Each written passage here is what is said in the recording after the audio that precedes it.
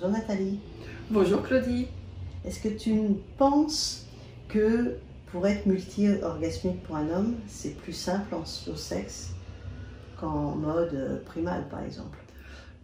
Alors, tu peux nous définir mode primal, même si j'ai une très bonne idée de ce que tu veux Je dire. pense que tout le monde a compris, primal c'est pom-pom-pom. Ah, donc dans une sexualité, tu veux dire hétéronormée, on va dire, en quoi le slow sex est-il bénéfique pour l'homme, enfin pour les deux partenaires, on va dire. Voilà. D'accord. Slow sex, slow évidemment, c'est ralentir le mouvement. Quel est le bénéfice du ralentissement? Non, l'érection, vous n'allez pas la perdre complètement. Oui, l'érection De temps en temps diminue.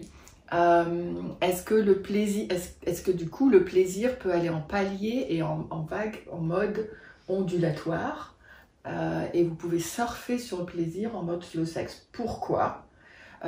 Parce que en ralentissant le mouvement, vous mettez un peu plus de conscience sur ce qui se passe en vous, à l'intérieur de vous, le ressenti, et ce qui se passe chez votre partenaire. Donc, ça s'appelle de la connexion. Vous êtes plus reliés. Alors, que se passe-t-il quand on est relié? Eh bien, l'autre personne se sent plus reliée à vous, connectée à vous, donc comprise. Elle peut s'ouvrir à ce qui se passe.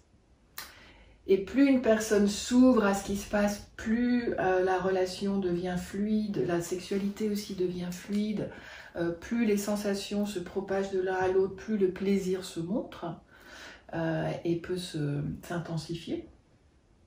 Le slow sex aussi, c'est la possibilité de rentrer dans le micro-mouvement, de se reconscientiser sur les lèvres.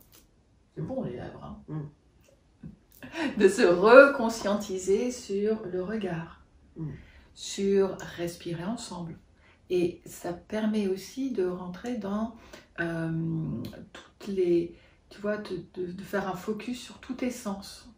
Donc quand tu embrasses, eh bien tu embrasses, vraiment tu deviens la bouche qui embrasse. T'es plus j'embrasse, je pense à autre chose, je suis barrée, je regarde ailleurs, j'ai fermé les yeux. Non, tu embrasses vraiment. Tu nous fais de la pub pour slow sex. Mais ou le tantra. Le tantra, qui est une forme, le néo-tantra, c'est quand même le slow sex. Mais pour un homme, pour arriver à ce qu'il soit multi-orgasmique, quand on bouge pas trop et qu'on peut même s'arrêter, ça gêne pas les mouvements du slow sex et ça permet de faire redescendre la pression où on était juste pas loin de l'éjaculation. Donc c'est quand même plus simple d'aller dans cette lenteur.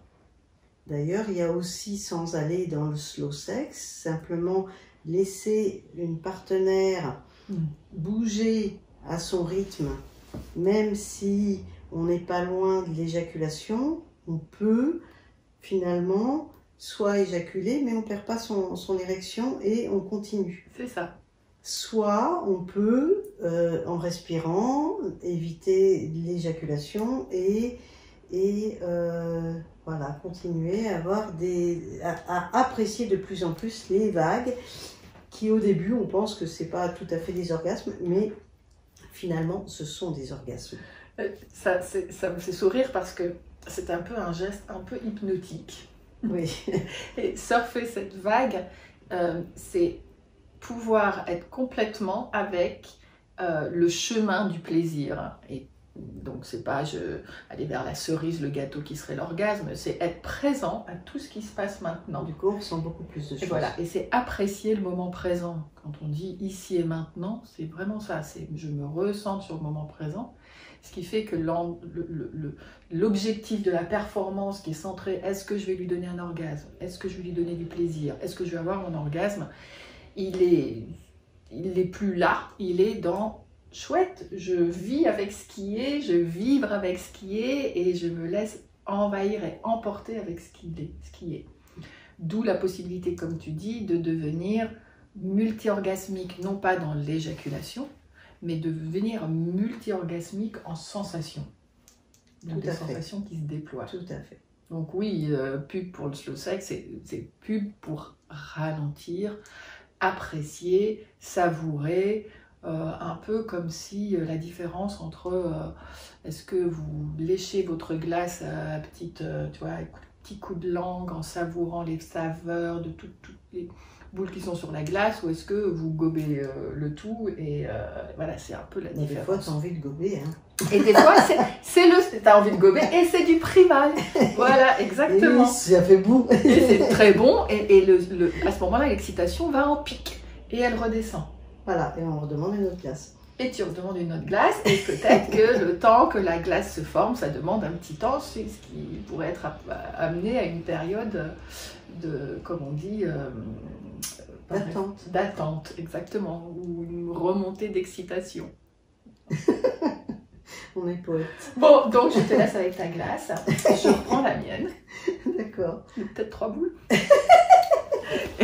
Et on vous dit à bientôt. Allez, ciao. Bientôt.